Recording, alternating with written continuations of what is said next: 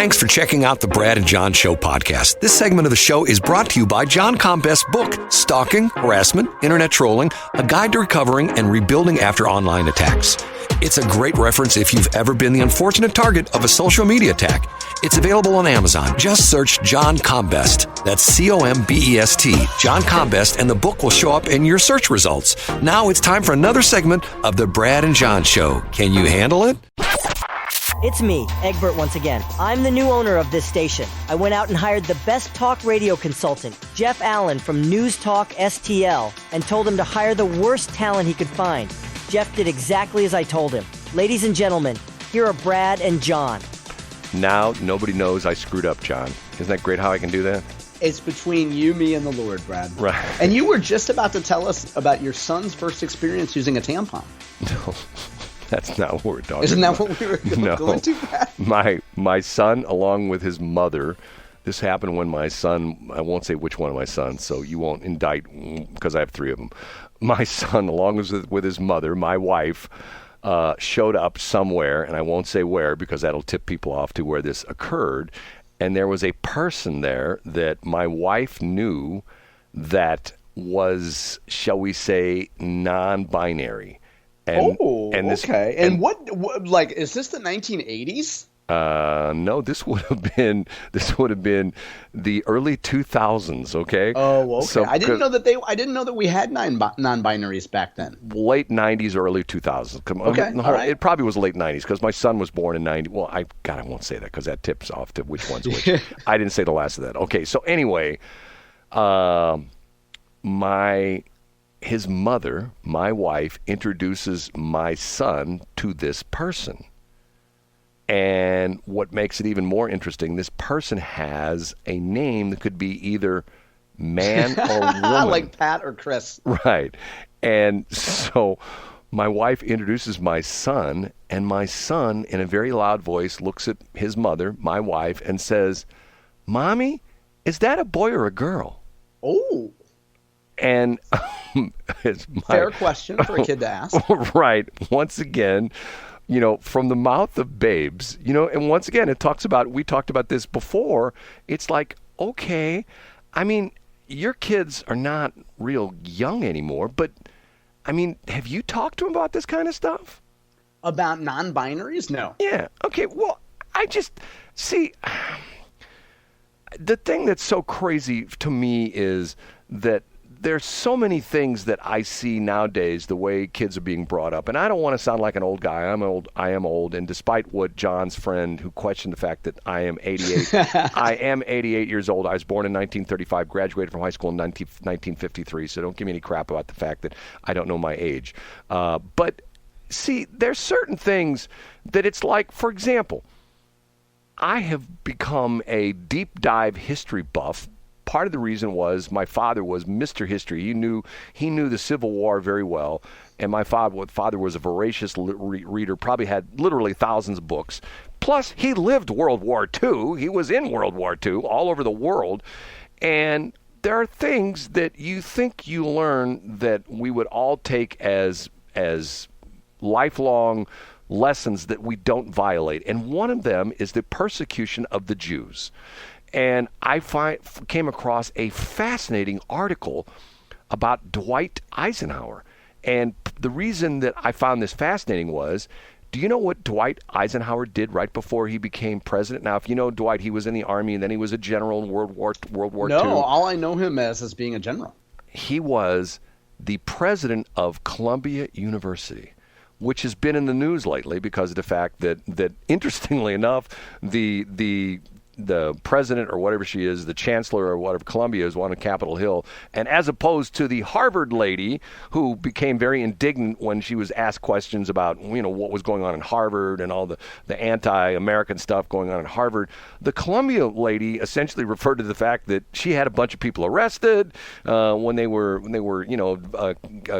and she's fired, she's thrown kids out of school, suspended them, kicked them out of school permanently, stuff like that. Okay, so the point being that he was the president of Columbia University in New York City, which is a very highly esteemed, I think it's one of the universities they refer to as one of the Ivy Leagues. It's very good, yeah. Yeah, Ivy League, okay. And anyway, it talked about the Americans as they started moving through Germany, and near the end of the war, when the Germans were just about ready to surrender, as the Americans started making progress, moving through Germany and coming through some of the Eastern Bloc countries that were west of Germany, does that make sense? Yes, they were there. Yeah, it does. Okay. That Dwight Eisenhower, when they discovered some of these terrible Buchenwald and the places where the Germans had exterminated the Jews, they forcefully grounded up all the people in the town, the non-military people, and made them walk through the internment camps. And a lot of times, and there's pictures of this, and I read this long article, I should have sent it to you, it was a fascinating article about Dwight Eisenhower. And one of the things they wanted to show that this would never happen again, that this was a crime against humanity, and for centuries to come, we would never look at a race of people, whatever you want to call the Jewish people. Some people refer to them that they're not a race, that they're whatever, they're just a religion, whatever, stuff like that. And then, not only that, the non-crucial troops, in other words, not the frontline troops, the support troops, the logistics people that were behind the front lines, the cooks and the guys driving the trucks and things like that, were also told to go through the prison camps and look at this. And most importantly, Eisenhower rounded up every press member he could get, and he brought them through the concentration camps and made them look at the bodies stacked up like cords of wood, and made them look, and not only that, some of these camps, when they were liberating, they were like literally the guards had just fled, and there were still people alive, but barely alive, emaciated men and women who weighed way less than 100 pounds.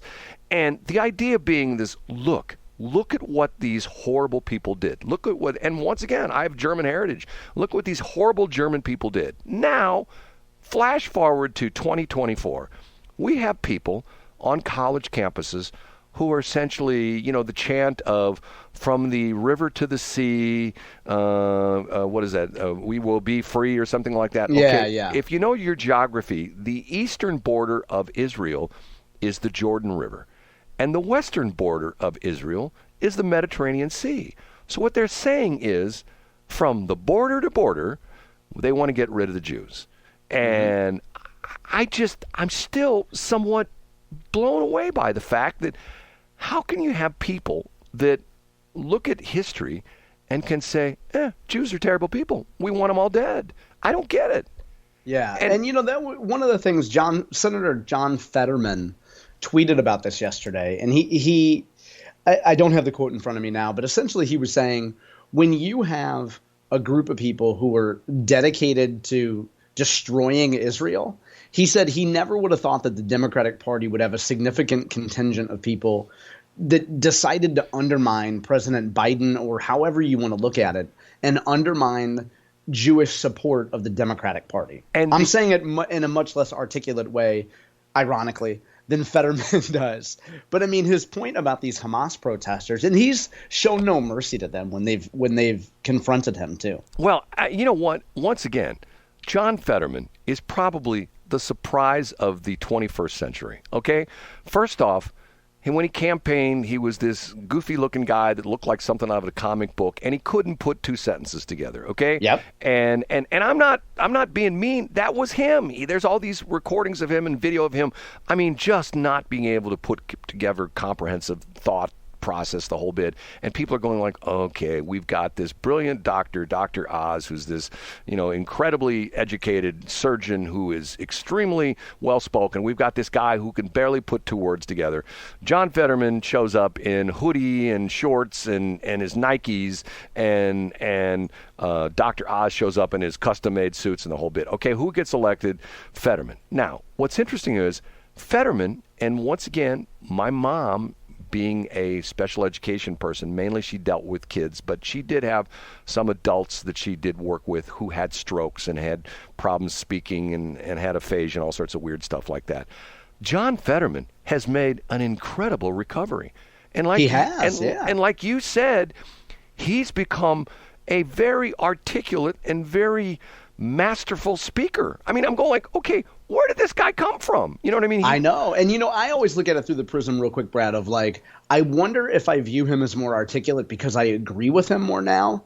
But I think that objectively, anybody would look at the way he literally speaks and think that he's in much better shape than he was 2 years ago. There's no doubt about that. And the interesting part of that is that, and once again, I have experienced this with my mother, that with therapy, and not everybody, not everybody can have this happen, but there are certain things, especially with strokes. Some people, if they have a stroke, it's just almost a death sentence, to the point where they might as well have, and I hate to say this, but there are some people that have a stroke and they would probably been better not surviving the stroke. I mean, that's a horrible thing to say. Yeah, because they have no quality of life. Right, exactly. Their quality of life is gone. But there are other people that make miraculous recoveries from this, and he's one of those guys. And he sees it, and what I don't understand is that the majority of the Jewish population in the United States votes Democratic. Now, how can that be anymore? How can that be? Yeah, it'll significantly. We'll obviously. I hate when people say "we'll see" when they end their paragraphs with "we'll see," but we'll see. And whether in public polling or anything going up to the election, you're exactly right, Brad. If one of your primary issues is the sovereignty of Israel, how would you vote for Democrats today? I don't get it. And it seems as though, maybe you can correct me, but it seems as though the Republicans have unilaterally, rallied around the Jewish people and Israel. Almost unilaterally, yeah. And essentially said, look, we don't necessarily agree with what the Israel people are doing, but you know what? They need to be protected, and they need to be, because once again, through history, go back and read the Bible and all sorts of weird stuff. Go back and do your history. They've always been persecuted. And they have. I think sometimes to a certain extent it's jealousy, because you have a lot of very bright people who are Jewish. Yep. Remember we talked about this. There was, this is going back a couple months, where there was a group of people that were complaining about the DEI stuff, and they were specifically talking about law schools, and they were saying that law schools, the faculty at law schools did not properly represent the cross section of people who are in law school now, and they brought up the point that 30% of the professors in law school around the country were Jewish, and Jewish people only compromise, 3 or 4% of the American population. Okay, so, and I'm going like, okay, well, here we go again. It's the meritocracy thing. It's like if you look at the NBA, the majority of the people in the NBA, and even more, even also in the NFL, the majority of those people are black people, because guess what? They're better at basketball and they're better at football than white people. Now, the bizarre part of that is, when you and I grew up, there were a lot of everybody talks about the Robinson thing, when he was the first, broke the color barrier in baseball and the whole bit. Now it's gone the other way. And remember, this was the crazy thing with Ozzie Smith. Remember the Ozzie Smith controversy? Which one was that? The Ozzie Smith controversy. He hated Tony LaRussa. Tony LaRussa, yeah. Because he called out Tony LaRussa, I think, a couple times, where he said he was biased against black players. Because which is the irony there is that Ozzie Smith was replaced by Royce Clayton, who was a young black shortstop. Well, but the problem that Ozzie had was, most of the quote-unquote people of color, and Tony loved the Latin American ball players, and mainly because of the fact that where they were in the countries, Dominican Republic, Haiti, places like that, they could play baseball year-round, where the climate was, and they play, because you're absolutely right, because there still is a thing called winter ball, where some of the professional ball players will still go down and play winter ball to keep their skills sharp over the winter. And once again, Ozzie went after Tony, and Tony's just essentially saying, hey, man, I take the best people. I don't care what they look like, And to a certain extent, that's the whole thing that, to me, blows up the whole DEI thing.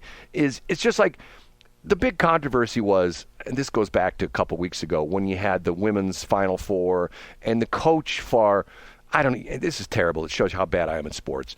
They interviewed the two coaches in the Final Four, and the one coach, they asked her about, what about men on the team? And the other woman said, the other coach says, I think men should be on the team.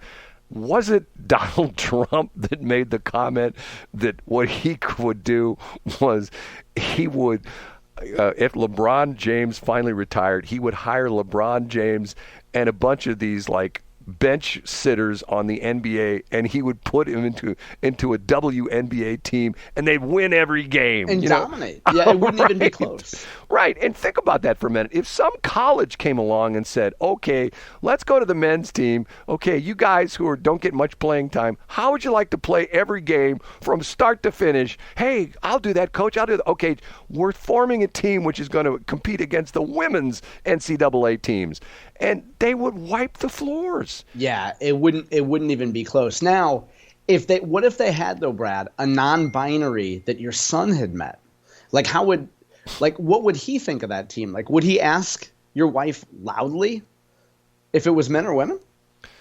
I like how we had no clues though, Brad. It was like playing the board game Clue, and we all get to guess. It's like, oh, let me guess. It was Brett at JCPenney talking to Pat.